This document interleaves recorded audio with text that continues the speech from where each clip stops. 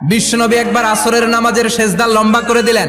সাহাবারা বললেন, নবী নামাজের পরে ধরলেন অসুস্থ হয়ে গেলেন নাকি, অথবা কোরআনের আয়াত সেজদা অবস্থায় নাজিল হয়ে গেল নাকি?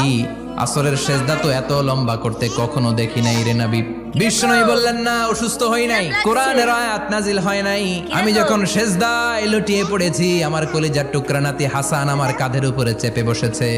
আমি যদি সেজদা থেকে মাথা উঠাই হাসানের কষ্ট হয়ে যাবে, তাই আসরের একটা সেজদা আমি ইচ্ছা করেই লম্বা করে দিয়েছি।